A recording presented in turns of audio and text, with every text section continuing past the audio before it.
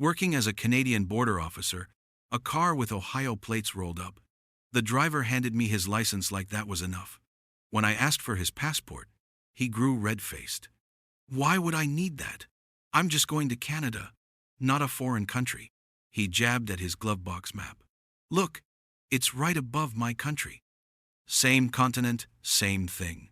5 minutes of arguing later, he left convinced we were violating his rights as an American tourist. My family hosted an exchange student who watched the evening news with genuine confusion. When Australia's Prime Minister appeared, he squinted. Wait, I thought the President of the United States was the leader of all countries. Why does Australia have a different guy? We explained sovereignty and borders. He shook his head. So these leaders are like governors who report to Washington, right? He went to bed still convinced the US president was basically the world's manager. In Vienna, an American couple ordered coffee. When I responded in English, the man grinned at his wife. See? They learn our language for tourists. Then he leaned closer. So what do you speak when we're not around? Austrian? I explained that Austria's official language is German. He scoffed. That makes no sense. Germany's a whole other country. You should invent your own language. At a London bookstore, an American student bought 1,984. Is this in English? He asked. I confirmed. George Orwell was British. Okay, but is it American English? I don't want weird words like lorry or flat. Can't you translate it into proper English? You'd sell way more copies. He walked out, muttering about how exhausting it is to read English in English. A student in my U.S. geography class raised her hand. Is Africa a country or continent?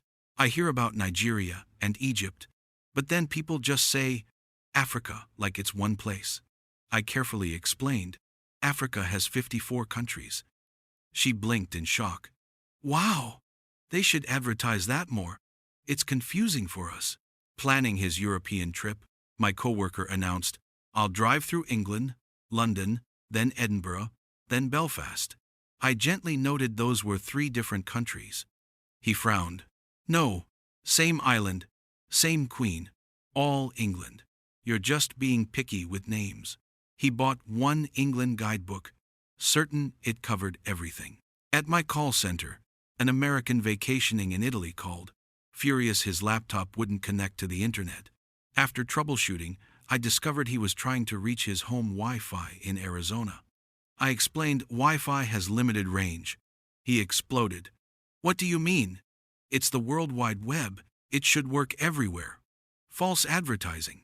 In Paris, a hotel guest panicked because her adapter didn't fit. I explained France uses different voltage and plugs. She interrupted. But we invented electricity in America. Everyone should use our plugs. She demanded we rewire her room to the proper standard. At the Roman Forum, an American squinted at the ruins. Why did they build everything broken? Didn't they have technology to finish? The guide explained, these were complete structures, now ancient ruins. The man shook his head at his son. This is what happens without American construction standards. Hiking in the Swiss Alps, an American couple admired the scenery. The woman asked, who owns these mountains? A private company? I explained they belong to the country. She nodded thoughtfully. Okay, but who turns on the waterfalls every morning? Do they shut them off at night to save water? She truly believed waterfalls had giant switches. On a December flight to Sydney, a passenger rang his call button, pointing at the map. It says summer down there, but my calendar says December, that's winter. Is your map broken? The flight attendant explained reversed seasons in the southern hemisphere. He argued for minutes. December is universally winter. Someone's lying, and it's probably the airline. In Florence, an American asked where to find deep dish pizza. I explained that style was from Chicago, not Italy. He looked disappointed. But you invented pizza. How can you not have the best version? It's like you stopped trying. Then he asked for the nearest Domino's. In pizza's birthplace, he chose chain delivery. At a Dublin pub, an American confidently ordered an Irish car bomb. My manager walked over calmly. Sir, given our history, That name's offensive here. I can make you a stout with whiskey and cream. The tourist rolled his eyes. You people are so sensitive. Not my fault your history's depressing. Instead of the drink, he got asked to leave. At the Acropolis, a tourist asked, Socrates and Plato, did they speak Greek? The guide nodded. The tourist frowned. But how did they write ideas down? The Greek alphabet's just for fraternities, alpha, beta, gamma. That's for college parties, right? You could hear the guide's soul leave his body. In Paris, as the Eiffel Tower lit up, an American gasped. Amazing! Who's in charge of turning it on every night? Someone must flip a giant switch. The guide explained automated lighting. Still unsatisfied. But someone presses the button, right? Must be the best job in the world. He left convinced there was a French guy whose sole job was flicking on the Eiffel Tower. At an Iceland hotel in winter, a guest stormed the desk at 11 a.m. The sun isn't up yet. It's almost noon. Something's wrong with it today. I explained polar night and shortened daylight. He squinted suspiciously. That doesn't sound right. The sun rises everywhere at the same time. Your government's hiding something. On a train from Brussels to Amsterdam, an American studied the map and shook his head. It's weird how close these countries are. In the US, you drive 12 hours and stay in one state. Here, 2 hours, and you're in 3 countries. Don't you get nervous being so close? What if you accidentally cross a border? He looked genuinely stressed about accidental invasions. At the Louvre, I overheard an American father squinting at the Mona Lisa. It's so small. I don't get the hype, his daughter chimed in. And why isn't she smiling more? She looks bored. If I was getting painted, I'd at least try. They snapped a selfie, then wandered off. Their verdict on the world's most famous painting? No personality. In a Swiss cheese shop, an American sampled Gruyere, then frowned. This doesn't taste like Swiss cheese back home. Yours doesn't have holes. Are you sure this is real? Feels like you send the good holy cheese to America and keep the cheap version. The shopkeeper tried explaining, Swiss cheese is actually American. No holes. No deal. My college roommate spun a globe, stopped on Russia, and stared. Whoa, Russia's huge. Why do they need all that land? Seems greedy. The United States should get some. Countries should split the world's land more evenly. He said it like suggesting we split a pizza. International borders as group project assignments. At a Tokyo currency exchange, an American walked up. I need Japanese money. The clerk asked how much US cash he wanted to exchange for yen. The man wrinkled his brow. Why call it yen? Why not Japanese dollars? And why's the exchange rate weird? A dollar should equal one of whatever you call it. It's simpler. On a boat tour of Halong Bay, an American woman admired the limestone islands, then frowned. This is beautiful but undeveloped. In America, we'd have a resort on one. Maybe a water park. The guide explained the bay is protected and sacred. She shook her head. You're sitting on a gold mine. You should commercialize this.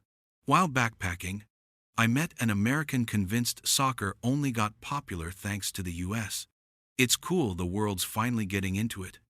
We've been playing in schools for years, and with our pro league, it's going global. He said this to Brazilians and Germans. They stared, stunned silent. To him, soccer was an American export. At a Tokyo sushi bar, an American asked the chef for ketchup. When told they didn't have any, he frowned. How am I supposed to eat raw fish without ketchup? It's too plain. The chef offered soy sauce and wasabi. No, ketchup makes everything better. You guys are missing out. He ate it plain, muttering Japan wasn't ready for real flavor. On a Sydney bus tour, an American asked the driver, where do you keep all the kangaroos at night? Do they have a big zoo or ranch? The driver explained, kangaroos are wild and roam freely. She looked alarmed. Wait, so they're just out there hopping around? That sounds dangerous. Someone should collect them. An American student proudly announced spring break plans. We're going to Mexico. I've always wanted to visit South America. When corrected that Mexico's in North America, he frowned. That doesn't make sense. It's below the US, so it's South America. That's logic. He doubled down. Fine, call it Central America. But definitely not North. That's our thing. In Munich, an American bought a soft pretzel, took one bite, and frowned. This isn't right. Pretzels should be buttery, sweet, and huge. Where's the cinnamon sugar? The baker explained this was traditional Bavarian. The tourist shook his head. You should try Auntie Anne's. Those are real pretzels. He tossed the authentic one in trash like it was a knockoff. On the London Underground, an American asked the conductor, "When does this train go above ground?" The conductor explained, "Some lines never do." The tourist frowned. Then why call it underground if it doesn't pop up? That's false advertising. He got off muttering that New York subways at least had honesty. At Giza, staring at the pyramids, an American wondered aloud, "So are these like old hotels? Where did guests stay?" The guide explained they were pharaoh's tombs. The tourist nodded, unconvinced. "But they're so big, seems wasteful for one guy. You could fit a whole resort in there." 4,000 years of history reduced to poor real estate planning. My cousin married an American and moved to Texas. When we visited, he took us to a gun range. "We need guns because we're the only truly free country. You Europeans gave up guns, and now you're oppressed by governments." He couldn't fathom we felt free without arsenals. For him, freedom came in bullet form. Look, most Americans are wonderful travelers. But these gems? They're why travel stories never get old. Sometimes the biggest adventure isn't what you see, it's what you hear someone else trying to figure out.